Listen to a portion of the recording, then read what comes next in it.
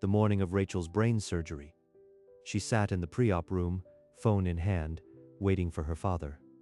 The screen lit up. George's message, Tyler's playoff game, can't miss it, you'll be fine. She read the text once, then again. The words refused to change. He promised he'd be here. He swore to me.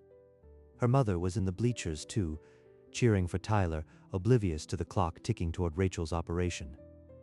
In less than 2 hours, a surgeon would cut into her skull to remove a tumor, and she was completely alone.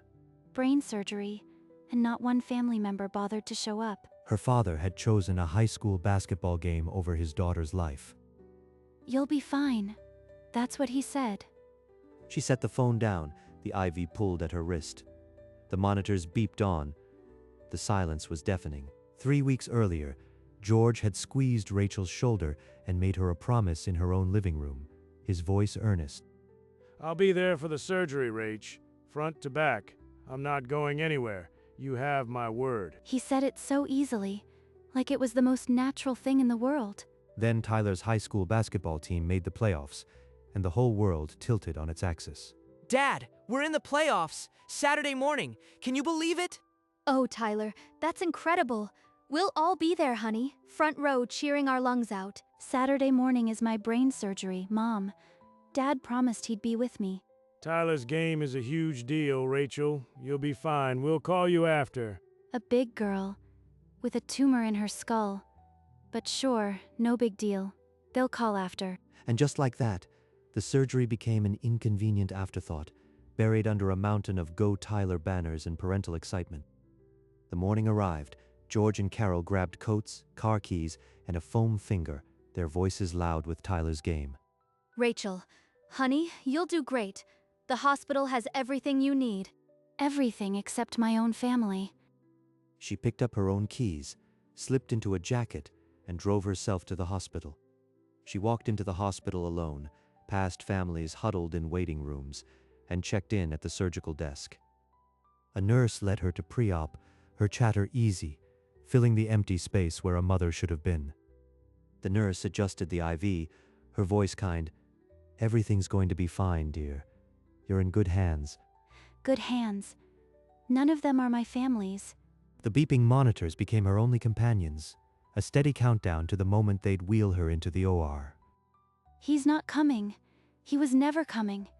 The pre-op doors swung open, and a man in surgical scrubs strode in, clipboard in hand, his pale blue eyes already scanning. I'm Dr. Daniel.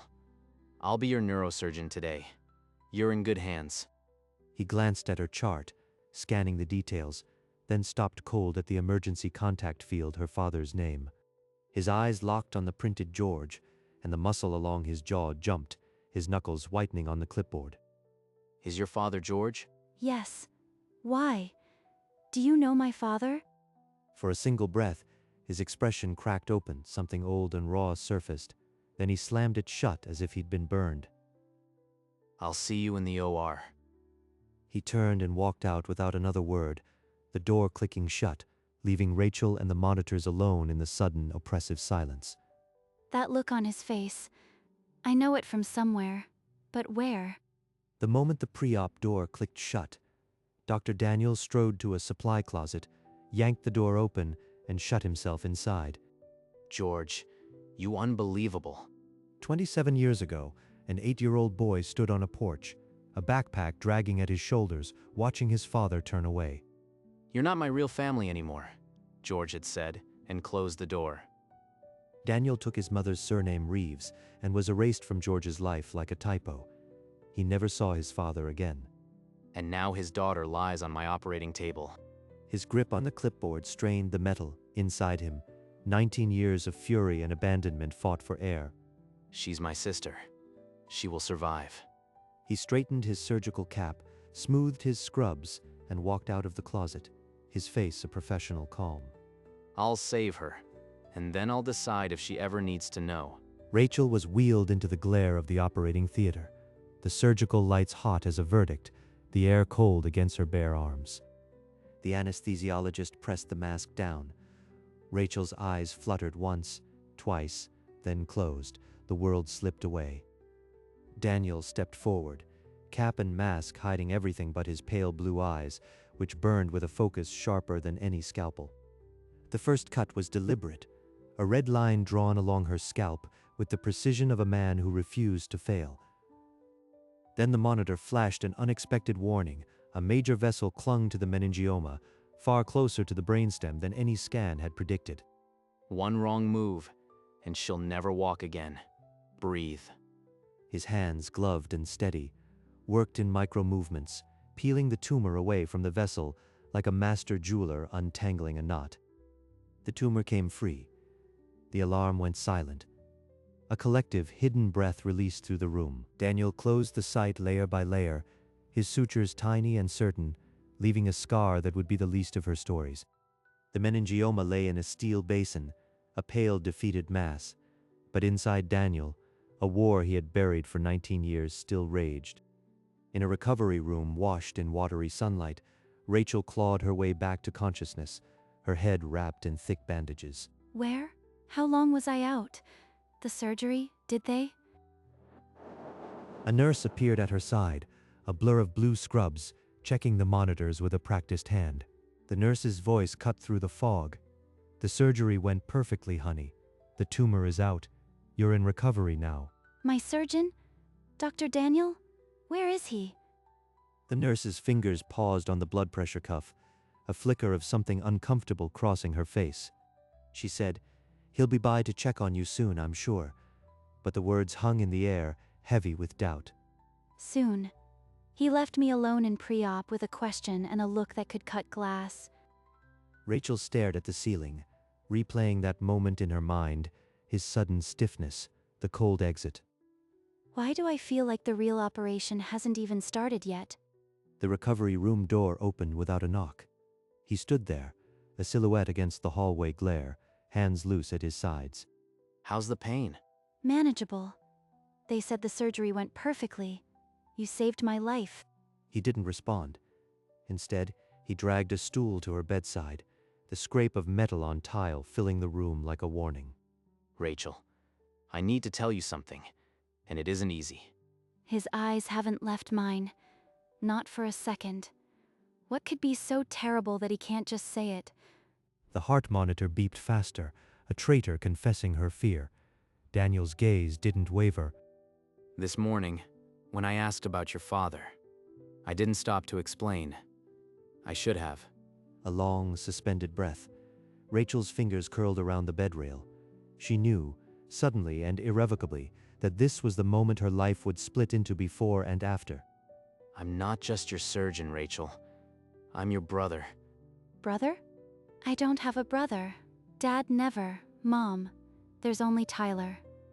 Before he married your mother, he had a wife and a son. Me. He erased me when I was 8, the day Carol started his new family. I took my mother's surname, Reeves. I haven't seen George in 19 years. He never once tried to find me. All these years, there were no pictures, no stories, not even a whisper. How could he just erase a whole person? I became a neurosurgeon despite every door he shut. And today your name on a chart brought me back to the family that was stolen. He saved my life. The brother my father threw away. And George is off cheering Tyler like I never existed. There's more, Rachel. And this part isn't about me. He pulled a folded sheet from his pocket, a referring physician's note. The words were printed in clinical black. Pancreatic adenocarcinoma, stage IV. Our father is dying. He knew before he chose Tyler's game over your brain surgery. He didn't tell anyone. Rachel's breath caught in her chest, a strangled sob that had no air. The room tilted, and everything she believed about her family collapsed inward. Why didn't you tell me before the surgery? You left me terrified and alone. And you knew all of this. Because I needed you to survive. If you'd known the truth before surgery, it might have broken you. I couldn't let George take that. He unfolded the oncology referral again and pointed to the date 3 weeks before her scheduled resection. Our father already knew he was dying when he chose Tyler's game. He knew, Rachel. He just couldn't face it. He looked me in the eye and swore he'd be there. All along, he was running from his own death sentence. The grief in her chest calcified into something colder, a fist of rage that finally had a target. You could have let me die on that table out of pure spite. Why didn't you? Because you're my sister. Despite everything, I wanted to save you. That's something George could never erase. Silence settled between them, heavy but not hostile, the first honest space they'd ever occupied together. I have a brother. After 27 years, I have a brother. The phrase broke something loose. Rachel's shoulders shook, and the tears that came next weren't quiet. They were the ugly, full-body sobs of a grief that had been accumulating for years. Daniel caught her hand before she could pull away.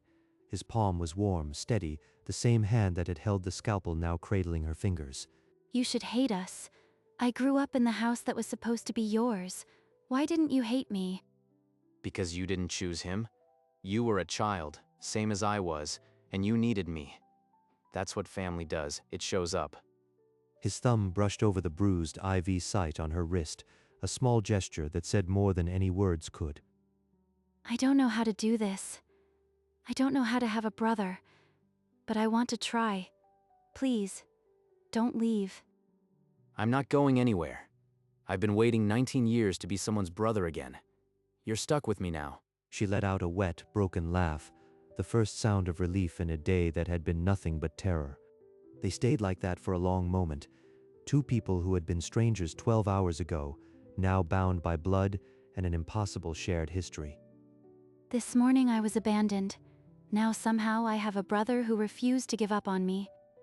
The moment stretched on the monitors, and then Daniel's expression shifted, a deeper, older sorrow surfacing, as if the hardest part was still to come. There's a grandmother, Rachel. Our grandmother. Her name is Margaret. She's in memory care.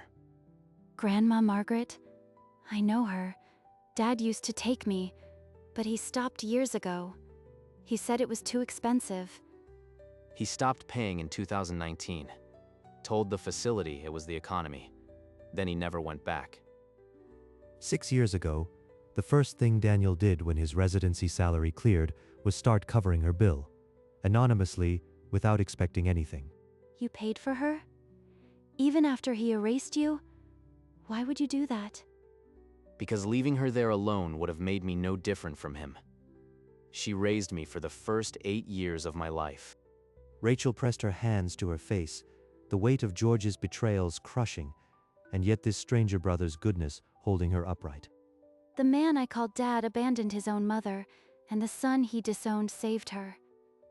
How do I even begin to understand that? I want to see her. And I don't want to go back to my apartment. Can I stay with you?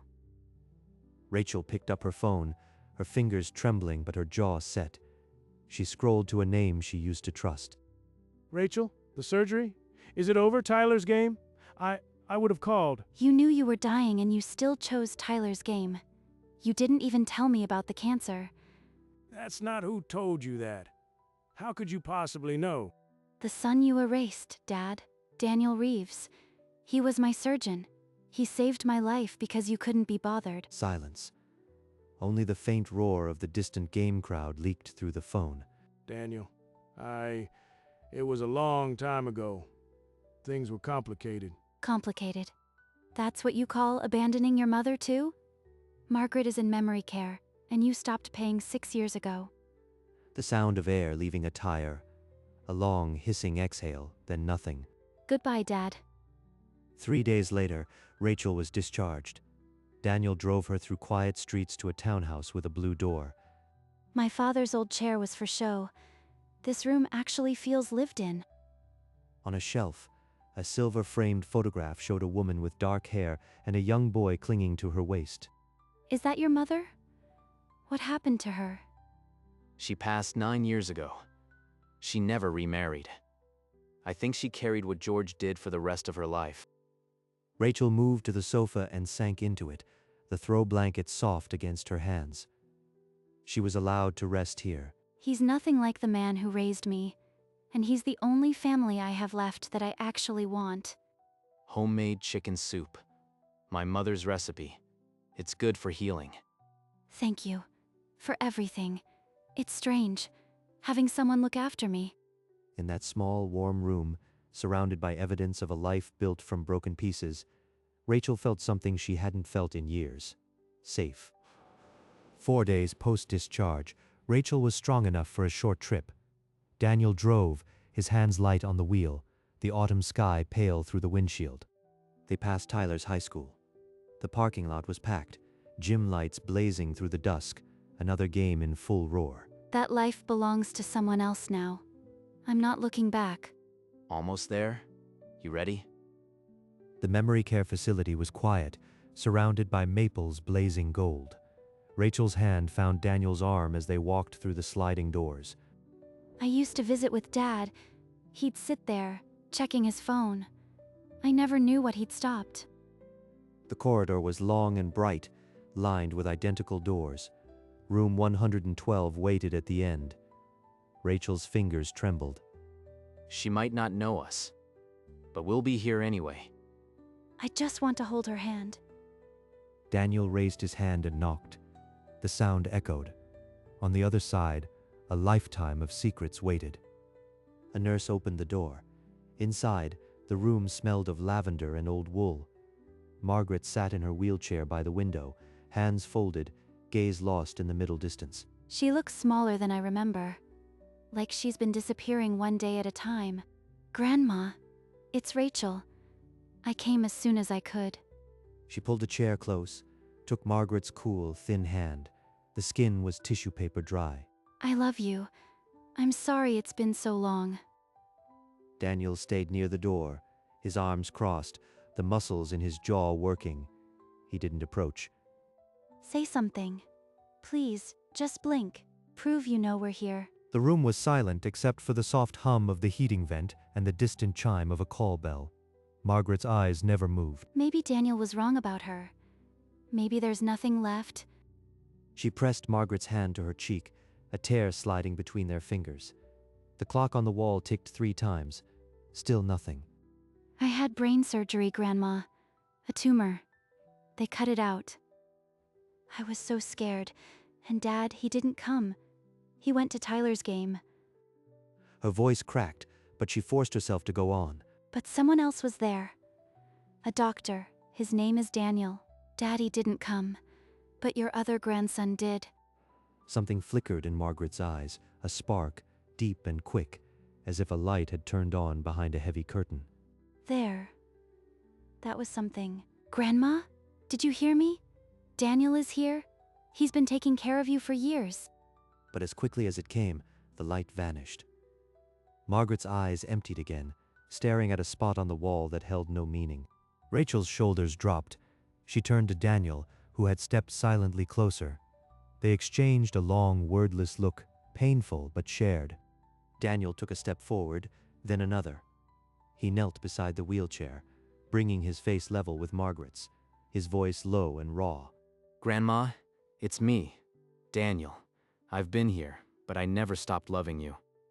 A sound came from Margaret, a small, dry exhale, as if a door long sealed had cracked open. Her hand moved. Daniel, my boy, you came back. I never left. I'm here now. Rachel watched, frozen, as 19 years of erasure dissolved in a single sentence. Her hand flew to her mouth. My Rachel? You found your brother? Yes, Grandma. He saved my life. We're family now. The 3 of them stayed intertwined, hands, tears, and the golden autumn light. A family forged not by the man who abandoned them, but by the love that refused to be left behind. Stay with me. A little longer. As long as you need, Grandma. We're not going anywhere. Daniel stayed kneeling, his thumb tracing slow circles on Margaret's hand. The room had become a sanctuary. Margaret's hand rose slowly, her fingers grazing Rachel's cheek, as if memorizing the shape of her. You're so pretty. Just like your mother. She knows me. For this 1 second, she knows everything. Then, like a tide retreating, the awareness ebbed. Margaret's hand fell to her lap, her gaze smoothing back to vacancy. She'll sleep now. That was more than I ever hoped for. She knew you after all this time. She knew you. They stayed for another hour, telling stories, singing a half-remembered lullaby, filling the room with the sound of family. This is what a real family feels like, and I get to keep it. They left Margaret sleeping peacefully, her hand curled over the blanket like she was holding the gift of the evening. Out in the corridor, the fluorescent lights felt harsh after the golden room, but Daniel's presence was a steady warmth. They pushed through the sliding doors into a crisp autumn night. The maples blazed even under the parking lot lights. Rachel stopped on the sidewalk, her breath a small cloud, and turned to face him. Thank you for the surgery and for giving me a real family. I finally have a sister. That's more than I ever thought I'd get back. She stepped into his arms then, and he held her without hesitation, the first hug of a lifetime of missed ones. We'll figure out what being siblings means, but right now, this is enough. When they pulled apart, her hand found his again, a silent promise that she wasn't letting go. Some families are born, others are forged in fire. Ours began today. A few weeks later, Rachel sat in the neurologist's office, staring at the monitor. The scan was pristine, no remaining tumor. That's it. It's really over. Daniel walked her to the elevator. He pulled a small velvet box from his coat pocket and held it out. These are the keys to my place. You're always welcome. That's not temporary. You're giving me a key after everything you've already done? Later, Rachel drove her own car, the new key heavy on a ring in her lap. A month ago, I was alone, facing brain surgery. Now I have a brother and a home. She passed the hospital, the gymnasium, the memory care facility, each a landmark of the journey. He showed me what family really means. I'm going to be okay. The sun caught the silver of the key as she turned onto her street, a new address waiting, and someone who'd always answer. Elsewhere, George's chair sat empty at a dinner table where a single candle guttered, an untouched plate in front of a ghost. Carol stood in the kitchen, holding a photograph of the family that no longer included her daughter, the silence louder than any game. Tyler's jersey hung in a locker after a playoff he'd forget, the boy never knowing the cost of his own celebration.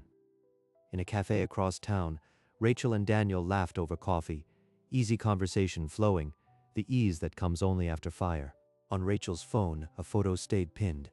Margaret, her eyes lucid and full of recognition, the proof that love endures. A silver bracelet rested on Rachel's wrist, the word sister engraved in delicate script, a quiet, permanent claim. In Daniel's study, a new photo joined the old. Him and Rachel at Margaret's bedside, a reminder that some families aren't born, they are built. Dawn broke over the city one morning, the light spilling across rooftops, touching the streets where two people now walked together who once walked alone. By an autumn lake, they walked a path lined with turning leaves. The water held the sunset, and they held each other. Rachel glanced at Daniel, her brother, and for the first time in her life, she understood what it meant to be someone's family.